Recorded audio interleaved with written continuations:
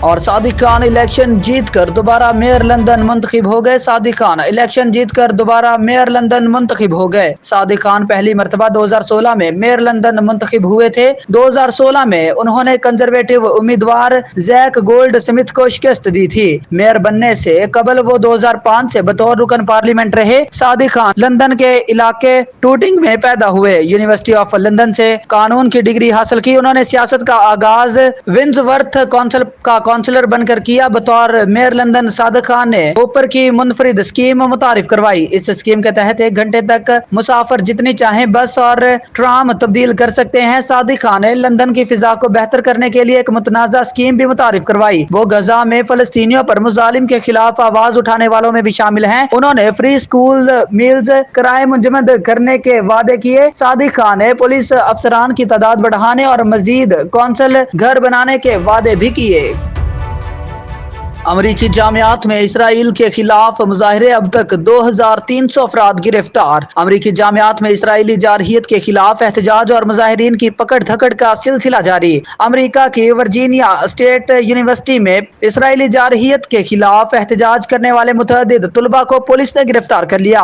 امریکی میڈیا کے مطابق پولیس نے ورجینیا یونیورسٹی کے 25 طلباء کو گرفتار کیا۔ امریکی جامعات میں احتجاج کے دوران گرفتار افراد کی تعداد 2300 سے بڑھ گئی ہے۔ جرمنی میں بھی طلباء نے اسرائیلی جارحیت کے خلاف احتجاج کیا، جہاں پولیس نے متعدد مظاہرین کو گرفتار کر لیا۔ علاوہ ازیں غزہ جنگ کے خلاف ایک مرتبہ پھر ہزاروں اسرائیلیوں نے تل ابیب میں احتجاج کر کے حکومت سے فوری غزہ جنگ بندی کا مطالبہ کیا۔ غیر ملکی میڈیا کے مطابق مظاہرین کا کہنا ہے کہ اسرائیلی مغویوں کو بحفاظت اسرائیل واپس لایا جائے۔ مظاہرین نے رفع آپریشن نہ کروانے کا بھی مطالبہ کیا۔